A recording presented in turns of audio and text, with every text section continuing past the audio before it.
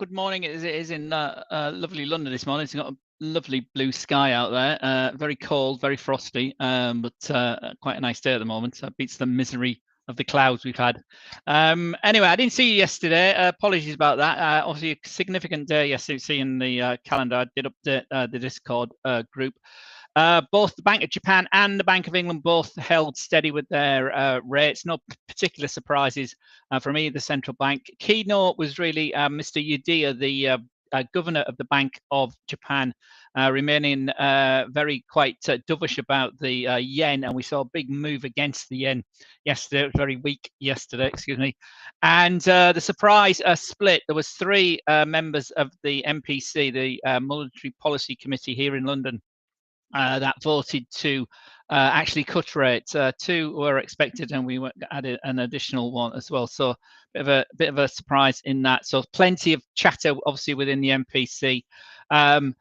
Andrew Bailey, there wasn't an actual press conference yesterday from the Bank of England, but he was interviewed afterwards and remained sort of cautious about inflation, but still trying to talk up rate cuts in 2025. So the Bank of England remains, here in the UK, the Bank of England remains the highest of the main central banks. Their central interest rate of 4.75%.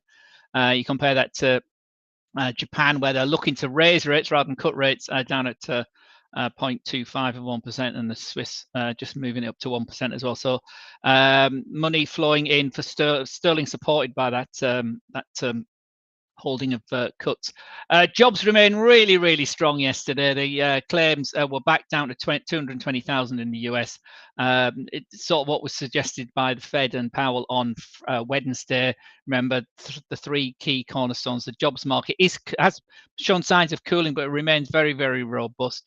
Inflation remains a bit sticky, but it's very much the broken the back of it, certainly the goods and inflation, food inflation, but service inflation remains quite sticky because of these, resilience in the jobs market in the US, and the consumer remains remarkably strong as well. And even the continuing claims ticked down as well to 1.875 million. The core PCE yesterday was 2.2%. More important PCE data is today, later on this afternoon, in a couple of hours. 1:30. That really is the last big data point. Obviously, the Fed on Wednesday was a major shutdown for many. Well, I'm saying many. I knew of three retail traders on Wednesday. I was talking to you. They'd shut down. I spoke to somebody yesterday. He's flying off to Barbados today to celebrate Christmas. He shut down yesterday. He closed out yesterday. I'm staying in sunny London. Well, hopefully it's still sunny London. Core PC key data. Remember, it's the price inflation numbers that the Fed use or hold more significant than the CPI data we see in the middle of the month. So that's the last big data point. Obviously, the CFTC data here. This is the where the real options and forwards market is, where the real contracts are out on the futures market, where they stood on Tuesday. They reported on Friday. So the dollar remains very well bid. Obviously, Tuesday was before the Fed announcement and that big move we've had for the dollar, and for the move down in gold, crypto, and particularly the stock market. So anyway, that's what's to come today. What you're all interested in, is obviously the markets, what's going on. I've changed the background. Somebody was asking me about could you change the background on the chart? So I've changed it back to white here. If it's a bit too glary, let me know and I will put it back to default black, but people said the white shows up a bit better. Let's just get rid of my ugly mug. And the chart looks a wee bit bigger. There we are. So move the panel over here. I really do like this platform. It's so simple to mark your risk levels on there. So where are we today? Friday. Well, Wednesdays, this is the gold market on the daily time frame. We'll start the daily and we'll come down. We'll go through the major assets, unless somebody wants to look at something in particular. Let me just check if anybody's got any comments. No, they haven't. So the gold market, there's that. I've said this many times, haven't we? We were short here I got bored and closed it out as we were going sideways for 8 or 9 days. It was eventually, wasn't it? Then we broke up. We went long here, but then we came back quite aggressively, and then we've been short since this down candle here on the 13th, through the 50-day moving average, through the 21-day moving average here. This strategy was crossing here, short here on the 13th, and we remain short. We had an initial take some profit at the this late November low here, this 2605 level from here, from this November 26 low. We took some more as we went through 2600, and we've still got about 20% left on the market. Interestingly, yesterday we had quite a rally through, and for most of the day, if we go back to the hourly chart here, it was showing some resistance over the key. Let me just reset that. So yesterday, where's yesterday here? 18th was yesterday, wasn't it? Sorry, one more time, 19th. We were sort of hovering over, and quite looked like we were going quite going to break the this key 2605 area. We didn't, as we were holding 2600, and we dipped down into the close yesterday. We ticked up initially this morning, and we have been holding 2600 for most of this European session so far, but it remains weak. You can see here on the hourly chart, it hasn't got the oomph. There's no big candles to the upside, and it's being sold as we rally up. So the 20-hour moving average here, you can see this week, has provided a big sort of selling point area, selling point, the 50-hour there. Big move down here, obviously, on from the reaction to the Fed on Wednesday. Rallied to it yesterday, down again. I mean, the positive is we have got some higher lows, but so there's a bit of suggestion we may see some buying later on. Let's put that on this hourly time frame. Where's my hourly time frame? Trend line is what I was trying to put on here on the hourly time frame. So there's a bit of resistance through here. So the yellow lines don't show up so well on the white, do they? Change the color of that. So 2.5 by half. So the gold market has some sort of resistance here as we go through the rest of the day. So watch this trend line. More importantly, you know, a horizontal line, a 2600 is still a trend line. It just happens to be horizontal rather than sloping. And horizontal trend lines tend to be more significant than sloping trend lines. But anyway, I don't want a pending sale, do I? Let's get rid of that. I was just going to change the color so you can see it a wee bit stronger, but a dark blue on there. That should show up. There we are. That's blue. So that's our hourly support from yesterday's low as we went to 25.85, and that was the key. That was a key area as well. So that's been moving up. However, as we said, the highs are getting lower as well. So the lows have ticked up, but the highs are getting lower. So we got this compression into the apex of the triangle potentially. So zoom this up. So we need to certainly hold 2600 if we're going to go higher, but today we would need to break above 2610. So today, Monday, look at 2610, 2600 itself holding if we are going to move higher. There may be some action up to the upside if, as we've seen in the European session, this 2600 itself level holds. And then as you can see, the trend line is coming up to it. So we could come down to test this level here today. So watch this, just watch the trend line basically. At the moment it's 25.95 area. Later on in the day, if it holds, you know, 25.96. So that's the area. But it's a weak tick up, very small candles here this morning on the gold market. So if we go up to the 4-hour chart, I know my colleague Costa put something up on a potential long on the 4-hour trend, and you see that's if we just move the trend line from the hourly, you can do that with this. There we are. There's a 4-hour tighter trend line. So again, weak, and you can see the trend is very much to the downside. So again, this is a really good example. Quite a strong rally we had from this fib level. Remember that was a big shakeout on that 26th. So big. Once these two fib levels broke, we broke over the 38. Nice strong rally to this new 27.75 area. 25 area. Remember we were long onto that. And here, the 4-hour trader has been short here since the 12th of December, 11 o'clock. You can see that this particular strategy went short there at 26.87. So these they are very much in the money under the 50 period moving average here on the 13th. Consolidation down again, consolidation down again, and then thank you on Wednesday, big down leg through the 2600 and these new lows at 25.85. I'll come back to that in a wee while. So if we just go back to the daily time frame, actually just go back to the hourly time frame and see if you're, I know a lot of you are intraday traders. So that's our 4-hour, and when you see the hourly's gone under it, but that's a stronger trend line. It's a bit higher, so that's a bit closer. So if we go to our sort of 15-minute time frame, there's our support. So that's been relatively okay here through the Asian session up to this previous area here, 26.05. It's again, I'm not sure why that dotted line's on there, but they're usually there for a reason, and they're still there. Otherwise, I'd have taken it off. So you can see the 15-minute support as resistance is very much through there at 26.05. Oh, that was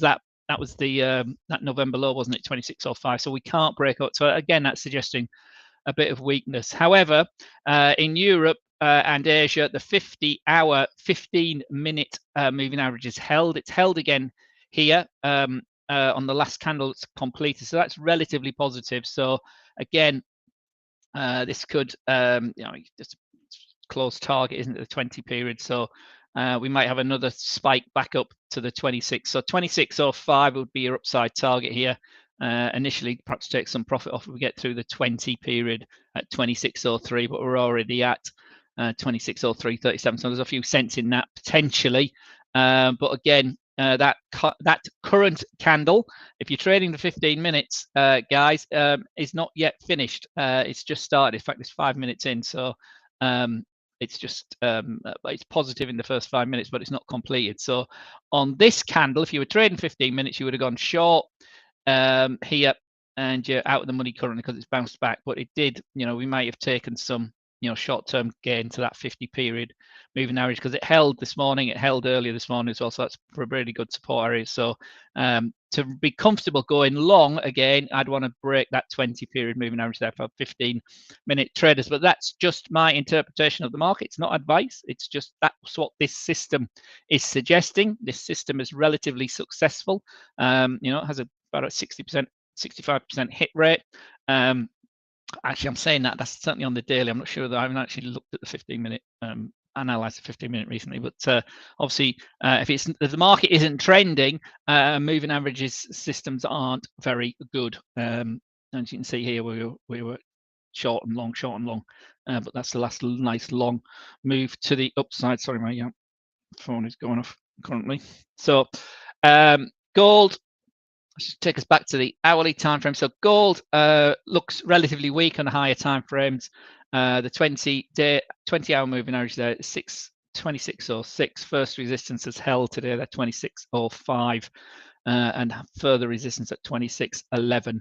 There's our 4-hour, and that's the 4-hour trend line. Now we moved it. The 1-hour trend line will be a bit lower below that, as you can see that. Okay, so that's gold for Friday. I say the only big that we got 2 hours before the big announcement of the day. Crypto continues to unwind. Key area is where Bitcoin is heading to 92,700 we trade at the moment, to the downside. Again, I take this up to the daily time frame. You can see what's my daily there.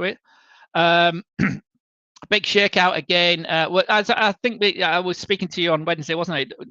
A less significantly negative candle, if that makes sense, for crypto on Wednesday. As you can see, it was a down day, certainly because of the strength of the dollar, and obviously there's some profit taking as we got to this new all-time high literally the day before, hadn't we? 108,700 or whatever it was, 108,700. Yep. So down day on Wednesday. We followed through that yesterday, and this system triggered short. We went under the 20-day moving average for the first time, as you can see here. Quite a significant moment closing out yesterday. We went under the initial this support area here. Sorry, it's 100,000 level, that big yellow line. So we went through that yesterday. We also went through the 20-day moving average. This system triggered short, and it's in the money today, and some profit will be taken as it's. Well, I think they might have already triggered that as we enter the, excuse me, the 50-day moving average. So this is quite a significant technical move at the moment. Obviously, you know, Bitcoin can be extremely volatile. Excuse me, guys.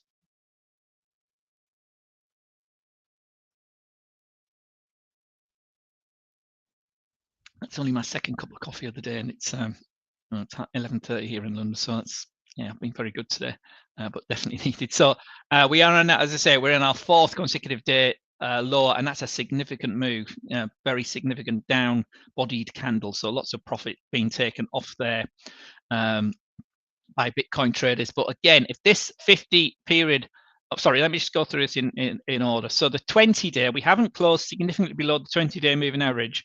You know, look to the left, look to the left. That was quite a day. It was a while ago, wasn't it?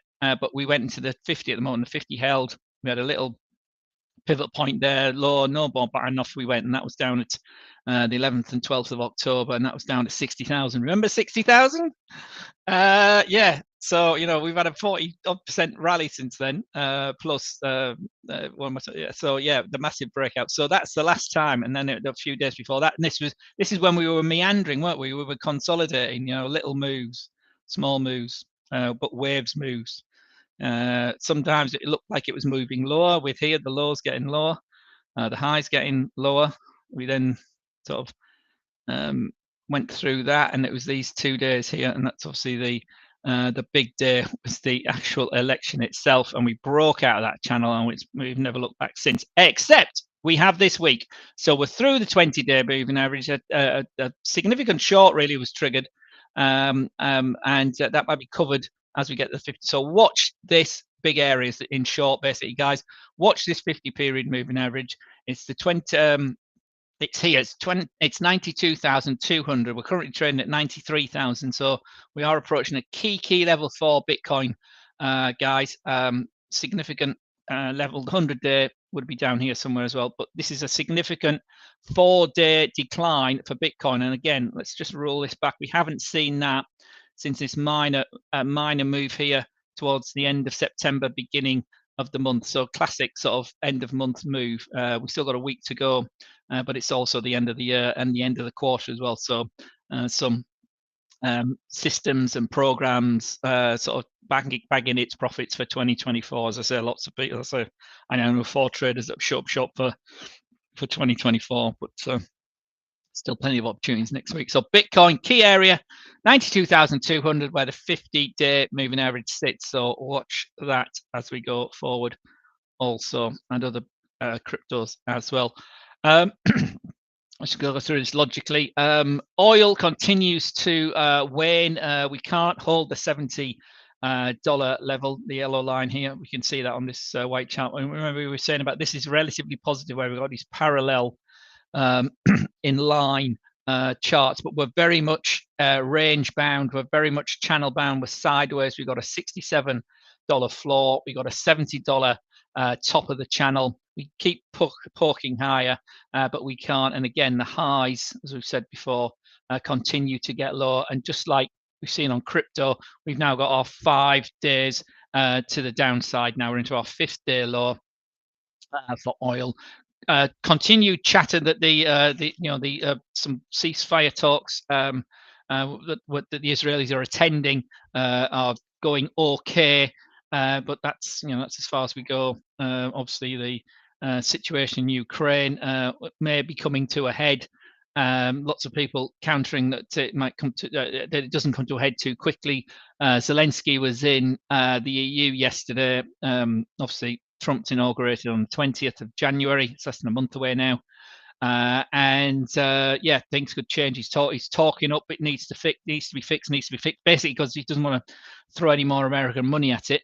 But Europeans, on the other hand, are trying to support Ukraine more openly. But if the Trump administration pulls the plug, there needs to be some serious negotiations. And Putin, having suffered from a conflict he thought was only going to last 3 days is now in the third year is approaching, and he's obviously lost his the Syrian dictator in Assad, and he's lost his port in the Mediterranean. So big long 4-hour rambling end of year press conference or chat with the president yesterday in Russia. Crazy crazy long session, but he remains very, very adamant that he did the right thing and he should have invaded Ukraine early.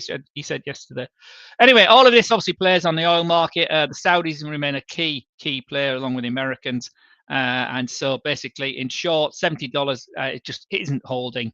And we're into our 50-day down. That remains quite bearish, and this is another break below a move. The 50-day moving average has been rejected, and we're under the 20-day moving average at the moment. So $68, $67 can't be ruled out to the downside without a significant break of the $70 for oil. And that's technical and fundamentally is where we sit there. The majors are continuing to suffer from a stronger dollar. So let's just quickly run through them. The Aussie, for so long, pivoting through 65, and here we are, a huge down day on Wednesday. Here we are. Remember that low we were talking about was key. We breached that very significantly, and we continue to move lower to 13-month lows here for the Aussie and the Kiwi. The commodity currencies particularly have been under pressure. Obviously, the situation in China is not helping the Aussie currently either. So 62, 20, where are we? 62.28 at the moment. So down. If we just take this up to the weekly or the weekly, we can see how low we are. So I've got it on this chart, has it? So yeah, I mean, we were last down here in the middle of 2023. So big down move, and don't fight that trend. That's very significant. And again, some big. That's the that was the week of the election. That was CPI week, and we've had RBA since then, and the Fed, and the trend continues to move down. The daily very much down there, and the thing that's happened since Wednesday is the 20-day moving average now has breached the .64 level. So 65 is a long way away now for the Aussie. So the trend remains to the downside. We may see some buyers down here when it gets low enough, but at the moment the trend remains to the downside. Dollar CAD continues to poke to new highs as well. 56-month high here, ironically ahead of the Fed on Wednesday. We went even higher, so I should be moving this up now, shouldn't I? And it's more than 56 months now, and that's I haven't got that on this particular chart, but 44 was broken as well, and 44, as you can see here, 44.64 was our high yesterday before we come down a bit. But again, don't fight the dollar. It's a story for this week. Certainly, it's been a strong dollar, one of its best weeks for a long time. I'll run through them all now. We've got the dollar index in a minute. Swissy 90 89.73 remaining to the upside. Yen 56.57 has been tested, and again we've had a weak yen this week, and we're cooling a tad today, but again the trend remains set. Euro, that November low, guys, it could be quite easily tested. 103.32. Remember, I've been talking about that for a while. Our December low was breached on Wednesday, so 103.32, next downside target. And again, the 20-day moving average now back to 104, or it's coming in at 104. So the trend remains very much solidly down. Again, there may be some profit taking down here. That's what we might be seeing today. But again, yesterday we tried to rally, big rejection, and we closed higher on the day, and we're up again today. But we're still under the 5 and the 9 period moving average, let alone the 20. So that remains to the downside. Sterling has come back, as I said earlier. I'll come back to the key 125. Come down to, I should say. Hugely significant 125 for cable traders. I say this all the time. We'll see some sort of support here, as we tend to, but as you can see here, sorry, let's go up. you can see here in the spring we went to 120 under 123 as well. So the trend is very much pressured. Obviously, it was a different government, different policies. Oh, it's very similar policies in the UK, ironically. So 125 is literally where we trade at the moment for sterling, 125.04. So dollar is very much on the front foot. If we just go to the indices and look at the dollar index, 107.87. And again, I've got the weekly on this one. It's again, 20 odd month highs for dollar index. So it's been a strong final quarter and a strong 2024 for the dollar itself and dollar index. That's how it's finishing. Nasdaq 20,800 down there. Sorry, it's the week down week. There you go, and see a big engulfing week this week. So it's been a significant move to the downside. There we are, down and into its 50-day moving average. So we're at key levels for these indices before at pre-market. So 20,800 is key. S&P 500 yesterday. Did I make it? I don't know. We finished yesterday. We were down again through the 20 and 50-day moving average on Wednesday. Profit taking kicking in, shorts kicking in. We're in a key support area here at 858.35. Next support area is the top of this range through here, which takes us to 57.85, and then the next level through here at 57 itself, 5700 is the next support area for the S&P 500. But it's been quite a violent reaction, which you often see this after big rallies, but lots of profit still remains relatively bullish, although, as I say, significantly technically we did go under the 50-day moving average. It's been bought last 2 times we brought the 50-day moving average. Last 3 times you can see that the rally goes on. Is this the end of it? Who knows? See where the buying goes. But at the moment, it went short here on Wednesday and remained short to the downside until we see some sort of turnaround. And the US 31 that everybody's been talking about, we've had, we're into a, well, it actually, the cash market here on our derivative market is showing it was a red candle. The cash market actually closed a tad higher yesterday. But as you can see, this is now into our 12th day down. This is a record since 1974. 1974. Ladies and gentlemen, even I was a young man in 1974. So again, another one under its 50-day moving average. So stocks have crumpled and crumpled quite quickly.